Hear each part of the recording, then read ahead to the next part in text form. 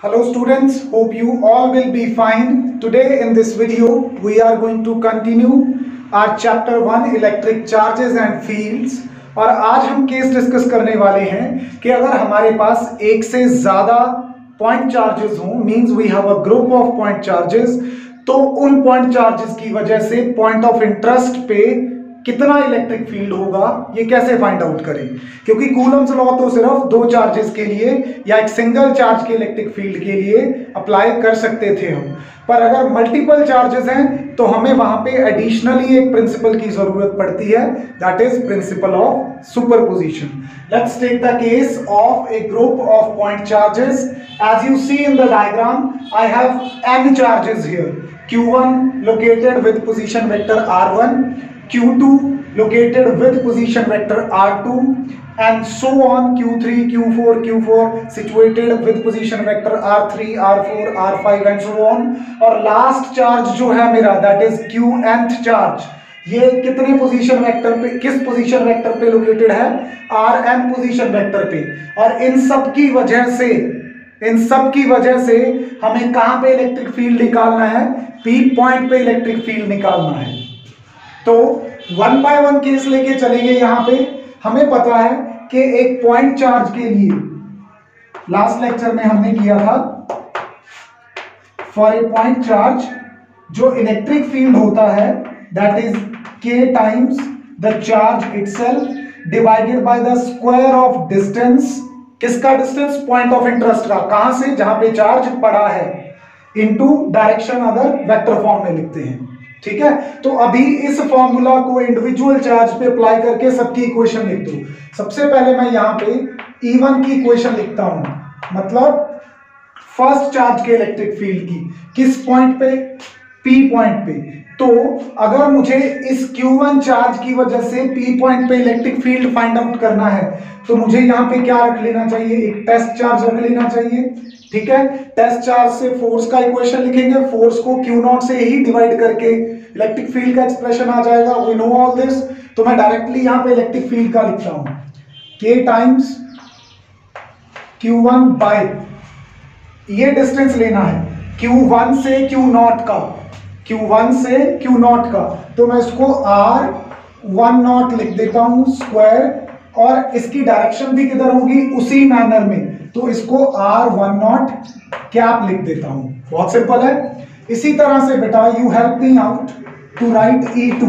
अगर मैं आपसे E2 लिखने के लिए कहूं तो आप कैसे लिखोगे, K times the second charge कितना है, Q2 divided by square of distance. कौन सा डिस्टेंस, चार्ज से लेके पॉइंट ऑफ इंटरेस्ट का, Q2 से Q0 का, Q2 से Q0 का डिस्टेंस मैं R20 बोल के चलता हूं, और ये इसका क्या आ जाएगा, स्क्वायर, और यहां पे 20 कैप। क्यों? क्योंकि इलेक्ट्रिक फील्ड 20 कैप की ही डायरेक्शन में होगा, इसी मैनर में होगा, तो उधर ही हमने एक यूनिट वेक्टर सपोज कर लिया। इसी तरह से बेटा मैं E3 लिखूंगा, E4, E5 and so on. Last पे किसका लिखूंगा, nth चार्ज का, तो जरा वो भी लिखने में हेल्प कर दो। अगर nth चार्ज का लिखा जाए तो कितना आएगा, K times nth charge divided by nth charge का डिस्टेंस, किससे, पॉइंट ऑफ इंटरेस्ट से, तो Qn से Q0 का डिस्टेंस यहां पे कितना हो गया, Rn0 स्क्वायर, और यहां पे क्या आ गया, Rn0 कैप। अभी आपने individual electric fields find out कर लिए हैं सभी की वजह से, किस पॉइंट पे, P पॉइंट पे।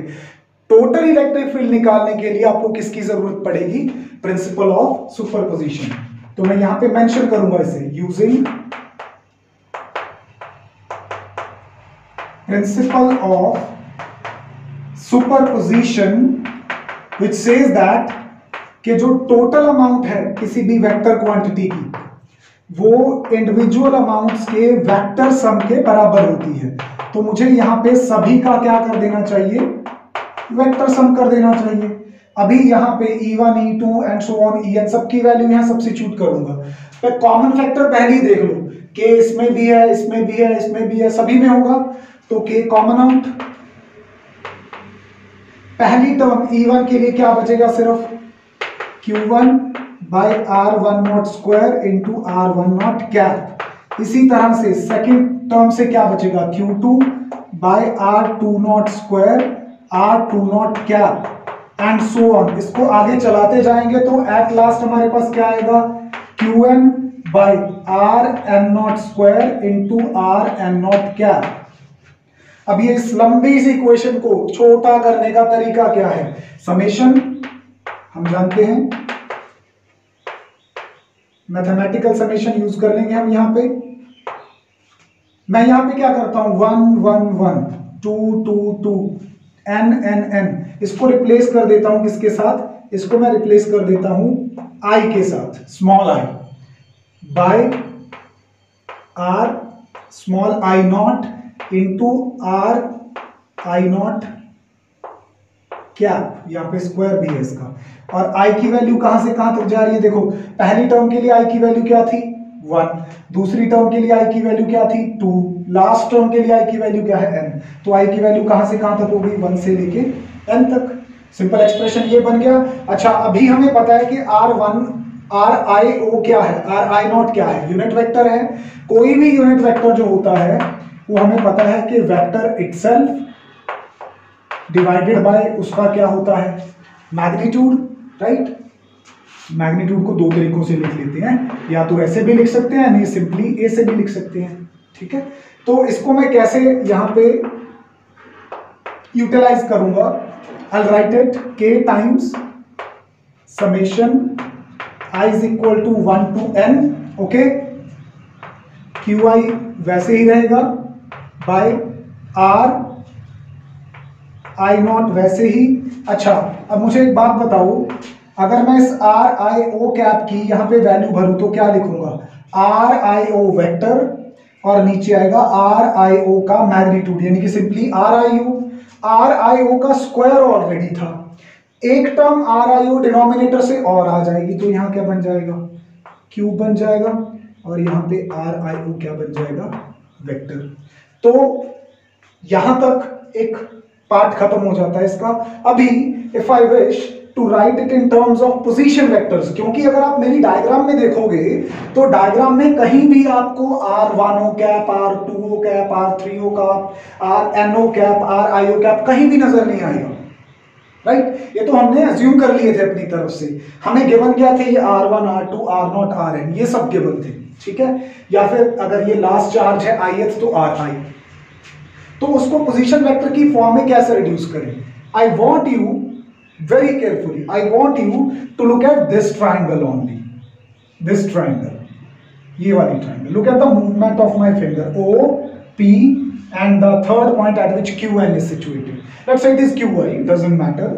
तो यहां से आपका ऊपर को कौन सा जा रहा है वेक्टर, आपका ऊपर को जा रहा है RIO, if this would have been last charge ith charge according to that summation, तो यहां पे आपका क्या जा रहा था, RIO वेक्टर जा रहा था ना ऊपर को इलेक्ट्रिक फील्ड की डायरेक्शन में। जरा इस ट्राइंगल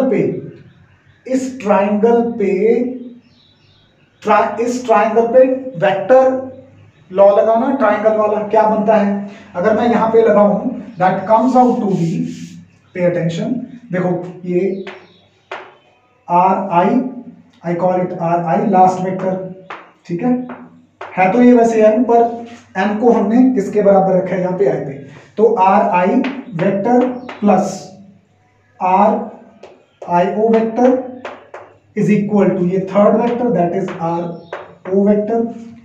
याद है ना triangle law, sum of two sides which represent the like vectors, like vectors मतलब एक ही है दूसरे के टेल के साथ, थर्ड अपोजिट ऑर्डर वेक्टर के बराबर होती है। तो यहां से बेटा बड़ी चालाकी से RIO वेक्टर की वैल्यू निकाल ली हमने, RO माइनस RI। अगर इसी का मैं मैग्नीट्यूड कर दूं RIO वेक्टर का, वो क्या होता है, सिंपली RIO, वो किसके बराबर आएगा, इनके मैग्नीट्यूड के। तो अगर आपको वेक्टर अलजेब्रा थोड़ा सा भी याद है ना, तो ये आर्टिकल्स आपको डिफिकल्ट नहीं लगने वाले। अब आपके पास वैल्यू आ गई, एक तो ये वाली वैल्यू सब्स्टिट्यूट कर दो, एक ये वाली, तो ये फाइनली ये जो हमारा रिजल्ट है ये कैसे रिड्यूस होगा, इसको मैं कहां लिखता हूं, इसको मैं टॉप पे लिख देता हूं सब कुछ सब्स्टिट्यूट करके।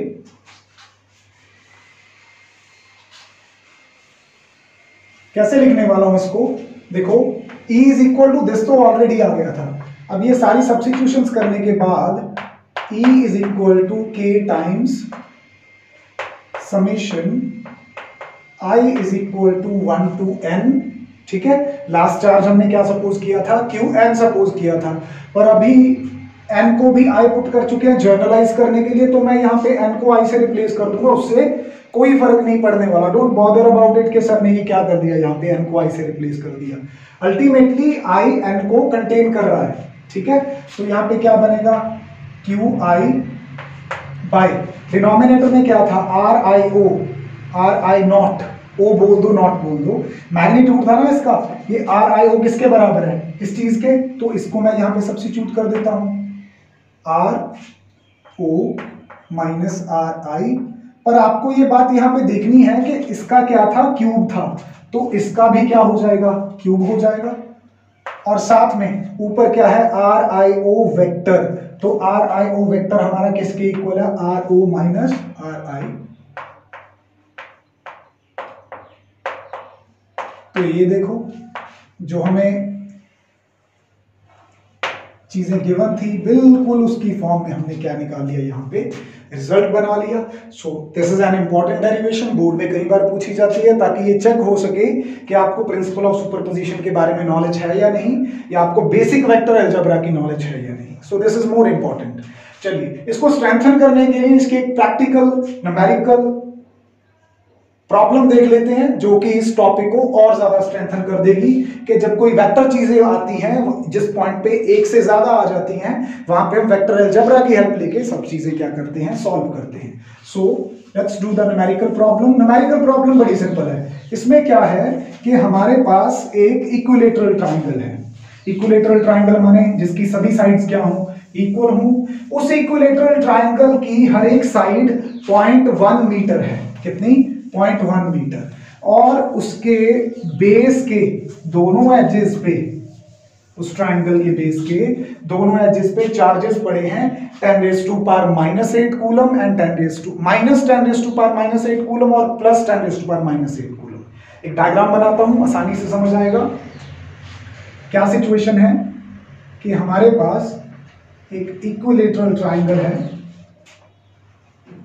राइट, जिसकी हर एक साइड कितनी है हमारे पास, 0.1 मीटर, राइट। ये भी 0.1 है। इस पॉइंट पे चार्ज पड़ा है, इस पॉइंट पे चार्ज पड़ा है। इस पॉइंट पे चार्ज कितना है, इस पॉइंट पे चार्ज है हमारे लिए +10⁻⁻8 कूलम, मतलब पॉजिटिव 10⁻⁻8 कूलम, नेगेटिव 10⁻⁻8 कूलम। ये दो चार्जेस पड़े हैं। अभी करना क्या है, ये डिस्टेंस भी टोटल 0.1 है। करना क्या है कि ये 3 पॉइंट हो गए हमारे, कौन कौन से, this point is, they have not given, इनको पॉइंट्स नहीं बोला है। इन दोनों चार्जेस की वजह से, इन दोनों चार्जेस की वजह से, एक तो इस मिडल पॉइंट में, ये this point is, A point is at the mid of these charges, यहां पे नेट इलेक्ट्रिक फील्ड कितना होगा ये निकालना है। अच्छा, फिर हमें पता करना है कि अगर ये वाले चार्ज से इधर आ जाऊं मैं, कितना इधर आ जाऊं, दिस डिस्टेंस इज 0.05 मीटर, तो इस बी पॉइंट पे इलेक्ट्रिक फील्ड कितना है, और ये जो तीसरा पॉइंट है सी, यहां पे कितना इलेक्ट्रिक फील्ड है। कंफ्यूज मत हो जाना, यहां पे सी कूलम है, मैं इरेज कर देता हूं इसको, वैसे भी तुम्हें पता है कि ऐसा यूनिट में लेके चल रहे हैं हम चीजें। यहां पे सी पॉइंट ऑफ ऑब्जर्वेशन है, तो हमें ये बताना है कि इन दोनों चार्जेस की वजह से ए पॉइंट पे, बी पॉइंट पे और सी पॉइंट पे नेट इलेक्ट्रिक फील्ड कितना होगा। क्या ये मुश्किल है? बिल्कुल नहीं है। तो कैसे करेंगे इसको? बेटा मैंने तुम्हें सिखाया था लास्ट लेक्चर में कि पॉजिटिव चार्ज के लिए इलेक्ट्रिक फील्ड हमेशा अवे होता है, उससे परे जाता है, और नेगेटिव चार्ज के टूवर्ड्स जाता है। तो ए पॉइंट पे आप जरा इस पॉइंट का इलेक्ट्रिक फील्ड चेक करो, किधर को होगा, इस तरफ को होगा, away, let me call it E1। A point पे ही इस नेगेटिव चार्ज का फील्ड चेक करो। अब नेगेटिव के तो टूवर्ड्स होता है, तो यहां पे सेकंड चार्ज की वजह से भी इलेक्ट्रिक फील्ड क्या होगा, इन द सेम डायरेक्शन।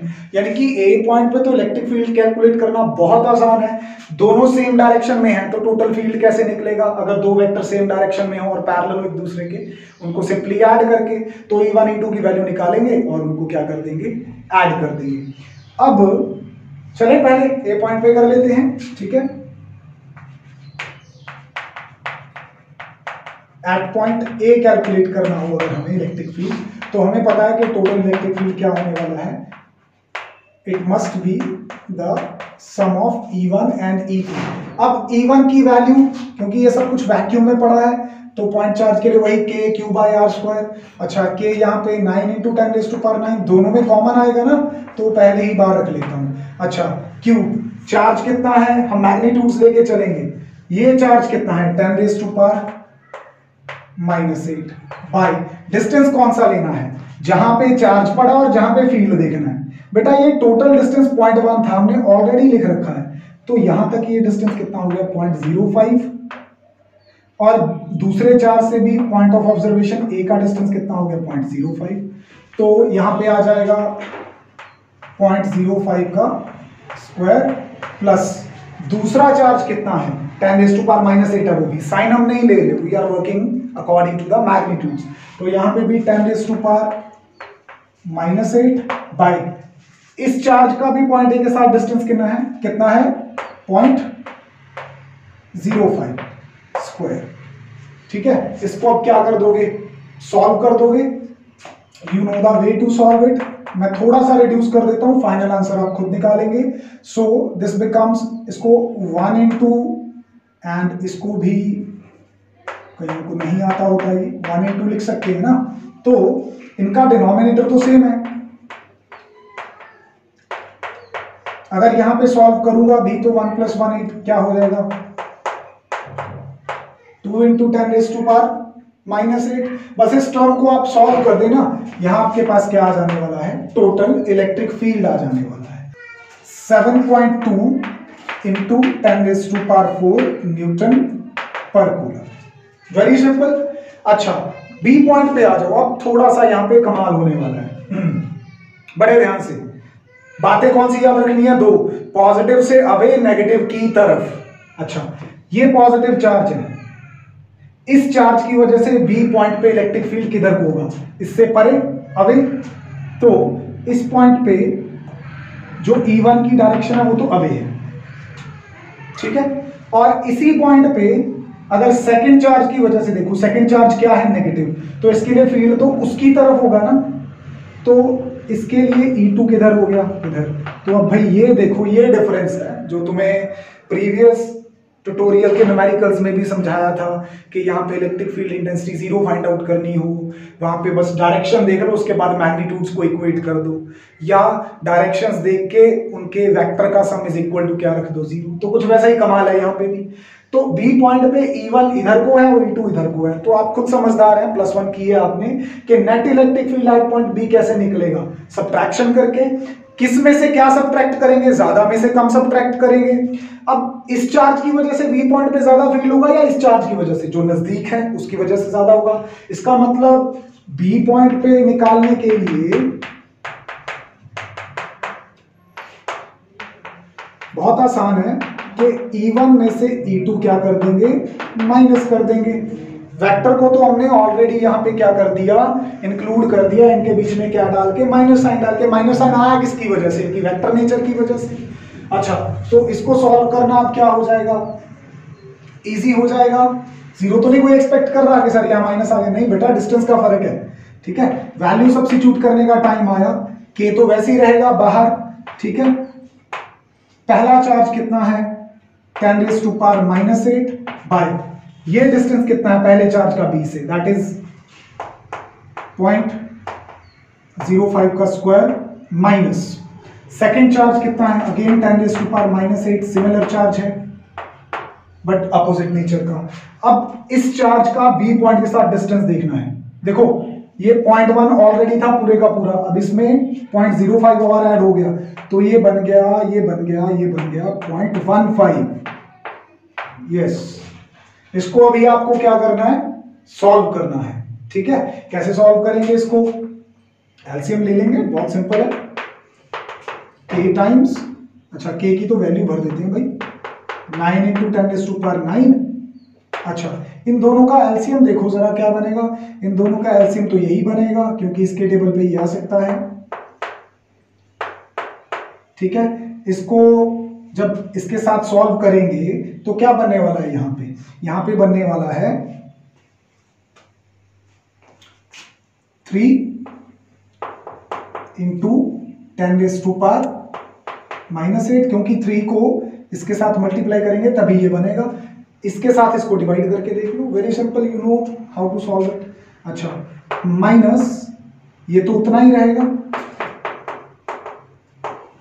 अच्छा, अभी 3 में से 1 माइनस किया, 2 the half of that 3.2 into 10⁻4 Newton पर कूलम। तो बहुत सिंपल केसेस थे, इसको आप सिंपली सॉल्व कर सकते हो। अभी जहां पे दिमाग लगेगा ज्यादा वो है हमारा सी पॉइंट। सी पॉइंट पे फटाफट से कर लेते हैं, उसका भी थोड़ा सा बता दूंगा मैं, बाकी आप अपने आप सॉल्व करोगे। वेक्टर अलजेब्रा हमने सीखा है, it's not tough at all. C point पे पॉजिटिव चार्ज की वजह से इलेक्ट्रिक फील्ड ऑलवेज अवे, तो ऐसे सीधा जाएगा ऊपर को, ये रहा E1 अपना इधर को, ठीक है, सी पॉइंट पे ऐसे ऊपर शूट करेगा। अच्छा, नेगेटिव चार्ज की हमेशा 2 वर्ड्स आता है, तो नेगेटिव चार्ज के लिए किधर को होगा, ये होगा, इसको थोड़ा छोटा कर लेते हैं, E1। अच्छा, इसके लिए इधर को होगा, दिस इज E2, इसकी जरूरत तो है, यहाँ पे लिख लेते हैं, ये हो गया E2। अच्छा, E1 और E2 की वैल्यू तो आ जाएगी, पर अभी प्रॉब्लम क्या आने वाली है? प्रॉब्लम आने वाली है रिजल्टेंट कैसे निकलेगा। कौन सा मुश्किल है यहाँ पे रिजल्टेंट निकालना? बिल्कुल नहीं है। देखो, E1 और E2 का वैल्यू पता चल जाएगा, वो जो थर्ड फैक्टर आता होता है। यहाँ पे रिजल्टेंट निकालने के लिए मैं इसको क्या लगाएं, इस पे 2 वेक्टर्स हैं E1 E2, दोनों एक ही पॉइंट से शुरू हो रहे हैं, तो ये को इनिशियल वेक्टर है। को इनिशियल वेक्टर की क्या बना लेंगे, पैरेललोग्राम बना लेंगे यहाँ पे, बिल्कुल सही। यहाँ पे मैं इसकी एक पैरेललोग्राम फॉर्म कर दूंगा, तो जैसे ही इसकी पैरेललोग्राम फॉर्म होगी यहाँ पे, तो ये इनका क्या हो गया भाई, ये हो गया इनका डायगोनल। क्या बन गया, डायगोनल। तो अभी डायगोनल निकालने के लिए अगर उसकी पैरेललोग्राम की साइड्स पता हो तो क्या यूज करते थे आप, याद आया, a square plus B square plus 2ab cos of theta. तो अभी इसको यहाँ पे लगा देना है। अच्छा, अभी किसी को ये तो नहीं लग रहा कि सर ये एंगल कितना है E1 E2 के बीच में, थीटा क्या होता था, A और B के बीच का एंगल, तो यहाँ पे जो थीटा है ये E1 E2 के बीच में है, ये एंगल कितना होगा? क्या मुश्किल है इसको पता करना, राइट है। ये कौन सी ट्रायंगल है, इक्विलेटरल ट्रायंगल है। इंटीरियर एंगल कितने का होगा, ये 60 का। अगर इंटीरियर 60 का है तो ये बाकी लीनियर पेयर की प्रॉपर्टी से कितने का हो गया, 120 का। तो यहाँ पे अगर मैं टोटल इलेक्ट्रिक फील्ड देखूं सी पॉइंट पे, ये क्या होने वाला है, ये होने वाला है E1 square plus E2 square plus 2E1 E2 cos of, wait कर लो थोड़ा सा, कमाल होने वाला अभी यहाँ पे, कॉस 120। कॉस 120 की वैल्यू सभी बच्चों को पता होगी, -1/2 होती है। अभी ये वाले चार्ज का यहां पे फील्ड सी पॉइंट पे, और ये वाले चार्ज का यहां पे फील्ड सी पॉइंट पे, क्या होने वाला है, it is going to be the same. Why, ये डिस्टेंस बराबर है, ये भी 0.1 है, ये भी 0.1 है, चार्जेस का मैग्नीट्यूड बराबर है। Field due to a charge depend ही किन चीजों पे करता है, Q पे और डिस्टेंस पे। अगर दोनों का चार्ज और डिस्टेंस सेम तो दोनों का क्या सेम, E भी सेम। तो अच्छे बच्चे बन के यहाँ पे सुन लो कि E1 और E2 दोनों आपस में क्या हैं, इक्वल हैं। अगर दोनों इक्वल हैं तो सब्स्टिट्यूट कर दो, दूसरे की जगह पहला पुट करोगे तो क्या बनेगा, यहाँ पे बनेगा, न्यूमेरिकल प्रॉब्लम आसान होती है, थोड़ा सा दिमाग लग जाए तो E1 square plus E1 square plus, यहाँ पे भी E2 की जगह E1 तो 2E1 स्क्वायर और cos 120 की वैल्यू -1/2 कट गया, E1 स्क्वायर नेगेटिव का हो गया, ये E1 स्क्वायर के साथ कट गया, ब्रैकेट इस अंडर रूट में सिर्फ क्या बचा, E1 का स्क्वायर, स्क्वायर के साथ अंडर रूट कैंसिल, क्या बचा, अरे कुछ करना भी नहीं पड़ा और सब कुछ कम हो गया, E1। अभी ये E1 तो अपने को निकालना कौन सा मुश्किल है, E1 की वैल्यू EC के इक्वल है, तो टोटल फील्ड यहाँ पे बनेगा 9 × 10⁻⁹ E1 की वैल्यू निकाल रहा हूं मैं, ये इनटू चार्ज कितना है, फर्स्ट चार्ज 10⁻⁻8 बाय 10⁻⁻8 है। यहाँ पे डिस्टेंस कितना है, यहाँ पे डिस्टेंस है 0.1 का स्क्वायर, तो ये आएगा अपना 9 × 10⁻³ न्यूटन पर कूलम।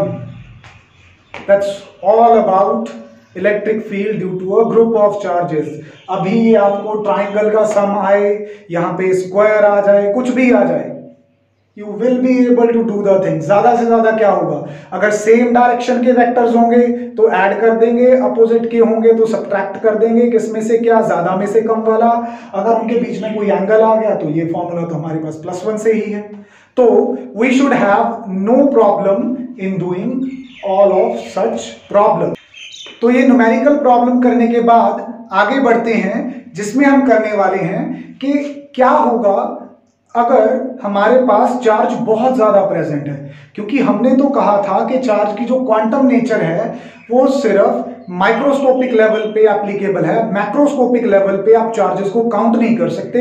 अगर आप बेटा चार्जेस काउंट नहीं कर सकते तो ये सारे फिनोमेना कैसे लगाओगे, क्योंकि कूलम्स लॉ, ये सब चीजें, प्रिंसिपल ऑफ सुपरपोजिशन, ये तो सब हमारे लिए किसके लिए थी, ये तो पॉइंट चार्जेस के लिए थी। तो अगर हमारे पास ज्यादा अमाउंट में चार्ज प्रेजेंट है तो क्या करेंगे, तो सबसे पहले वहां पे हम डिफाइन करेंगे कॉन्टिन्यूस चार्ज डिस्ट्रीब्यूशन। आज इसको सीख लेते हैं, इसकी डिटेल्स जो हैं अगले लेक्चर्स में हम क्या करेंगे, कंटिन्यू करेंगे। Let's have the introduction. Continuous charge distribution क्या होता है। तो जैसे कि मैंने आपको बताया कि चार्ज की जो क्वांटम नेचर है वो सिर्फ माइक्रोस्कोपिक लेवल पे एप्लीकेबल है। अगर आपके पास मैक्रो चार्जेस है, मैक्रो का मतलब गिनती में बहुत ज्यादा, तब आप ये कूलम्स लॉ वगैरह से काम नहीं कर पाएंगे। एटलीस्ट वहां पे आपको एक चीज और इंक्लूड करनी पड़ेगी, वो है कॉन्टिन्यूस चार्ज डिस्ट्रीब्यूशन। ठीक है, यहां पे कॉन्टिन्यूस चार्ज डिस्ट्रीब्यूशन में हम क्या मानते हैं कि अगर हमारे पास चार्ज जो है वो पॉइंट चार्जेस नहीं है, वो एक collection of major group of charges है, तो हम उसको यूनिफॉर्मली डिस्ट्रीब्यूट हुआ मानेंगे। यूनिफॉर्मली डिस्ट्रीब्यूट हुआ मानेंगे, उसको बोलते हैं कॉन्टिन्यूस चार्ज डिस्ट्रीब्यूशन। और ये कितने तरह की होती है, ये होती है हमारे पास 3 तरह की। कितने तरह की, 3 तरह की। सबसे पहली जो टाइप है वो है line charge distribution. Line charge distribution में हम क्या मान के चलते हैं कि हमारे पास एक लाइन है, जैसे सपोज करो मेरे पास ये पतला सा यहाँ पे क्या है, स्केल है, इसके ऊपर क्या स्प्रेड हुआ है, चार्ज स्प्रेड हुआ है। तो अभी ये पॉइंट चार्ज तो है नहीं, ये तो पूरे एलिमेंट पे प्रेजेंट है। तो यहाँ पे हम क्या करेंगे कि इसका एक सेक्शन लेके उसकी वजह से चीजें कैलकुलेट कर लेंगे और फिर पूरे पे अप्लाई कर देंगे। इंटीग्रेशन तो हमें आती है। तो this is how simply we can deal the case with. बस क्या डिफाइन कर दें, लीनियर चार्ज डिस्ट्रीब्यूशन डिफाइन कर दें। डिनोट करते हैं इसको लैम्डा के साथ, किसके साथ, लैम्डा के साथ। डिफाइन कैसे करते हैं, charge per unit length, charge per unit length. तो सपोज करो कि मेरे पास कोई क्यू चार्ज है जो एल लेंथ पे बिखरा हुआ था, तो वहां पे लीनियर चार्ज डिस्ट्रीब्यूशन क्या होगी, lambda is equal to q by l. और यहां से जरा एसआई यूनिट बना दो इसकी। चार्ज की क्या होती है, कूलम्स, लेंथ की क्या होती है, मीटर। तो नीचे से मीटर ऊपर आएगा, कूलम पर मीटर है, सी कैपिटल रखना, स्मॉल रख दिया तो सेंटीमीटर बन जाएगा। ठीक है, तो ये पहली टाइप की चार्ज डिस्ट्रीब्यूशन हमने क्या कर दी, यहाँ पे डिफाइन कर दी। अभी दूसरी टाइप की चार्ज डिस्ट्रीब्यूशन डिफाइन करते हैं, we call it surface charge distribution. ये किस तरह की चीजों के लिए काम आती है, ये काम आती है जब चार्ज जो है किसी सरफेस पे बिखरा हो। सपोज मेरे पास ये पेपर है, इस पेपर शीट पे चार्ज स्प्रेड हुआ है, तो इस पेपर शीट पे जो चार्ज स्प्रेड है उसकी वजह से कहीं पे मुझे फोर्स या इलेक्ट्रिक फील्ड कैलकुलेट करना है। तो मुझे वहां पे किस चीज की जरूरत पड़ने वाली है, सरफेस चार्ज डिस्ट्रीब्यूशन की। और इसका सिंबल क्या रखा हुआ है हमने, सिग्मा। क्या रखा है, डिफाइन कैसे करते हैं इसको, बड़ा आसान है, चार्ज पर यूनिट एरिया। कैसे डिफाइन करते हैं, चार्ज पर यूनिट एरिया। तो अगर मेरे पास कोई क्यू चार्ज है जो कि एस सरफेस एरिया पे स्प्रेड है, तो सिग्मा क्या होगा वहां पे, charge per unit area, Q by S, very simply. अच्छा, ऐसा यूनिट बनाओ फटाफट से, क्या बनने वाली है, चार्ज की होती है कूलम, एरिया की होती है मीटर स्क्वायर, ऊपर जाएगा तो पावर नेगेटिव में, बड़ा आसान है। अब तीसरा तो तुम गेस कर सकते हो, समझदार बच्चे हो। तीसरा डिस्ट्रीब्यूशन मैं कौन सा डिफाइन करने वाला हूं, देखो तीन तरह के ऑब्जेक्ट होते हैं, 1 डायमेंशनल, 2 डायमेंशनल और 3 डायमेंशनल। तो यहां पे लाइन चार्ज, सरफेस चार्ज, अब क्या डिफाइन करूंगा, बिल्कुल सही गेस किया, volume charge distribution. Volume charge distribution के अंदर डिफाइन कैसे करेंगे इसको, चार्ज पर यूनिट वॉल्यूम, ठीक है। और इसका सिंबल क्या रहता है, वही जो हम डेंसिटी का लेते होते हैं, मास डेंसिटी का, दैट इज रो। तो यहां पे रो क्या होने वाला है, अगर कोई क्यू चार्ज वी वॉल्यूम के ऊपर बिखरा हुआ है तो उसकी वॉल्यूम चार्ज डिस्ट्रीब्यूशन क्या होगी, क्यू बाय वी। और यहां पे ऐसा यूनिट डिफाइन कर दो, वो क्या बनने वाली है, चार्ज की कूलम, वॉल्यूम की मीटर क्यूब, ऊपर आके -3। This is how we define the 3 type of charge distribution. That's all about today's lecture. Next lecture में हम क्या करेंगे, सिंपली एक लाइन लेंगे जिसके ऊपर चार्ज बिखरा हुआ, कोई लेंथ लेंगे, कोई एरिया लेंगे और कोई 3 डायमेंशनल चीज लेंगे जिसके ऊपर चार्ज बिखरा होगा। फिर उन कॉन्फ़िगरेशंस के लिए हम कूलम फोर्स कैलकुलेट करेंगे एट ए सर्टेन पॉइंट, और हम इलेक्ट्रिक फील्ड फाइंड आउट करेंगे एट ए सर्टेन पॉइंट। उसमें बोर्ड की कुछ बड़ी इंपॉर्टेंट प्रॉब्लम्स हैं which are related to line charge distribution, वो भी साथ में करवाऊंगा। So the next lecture is going to be very interesting. Let's meet soon. Till then, take care of yourself. Goodbye.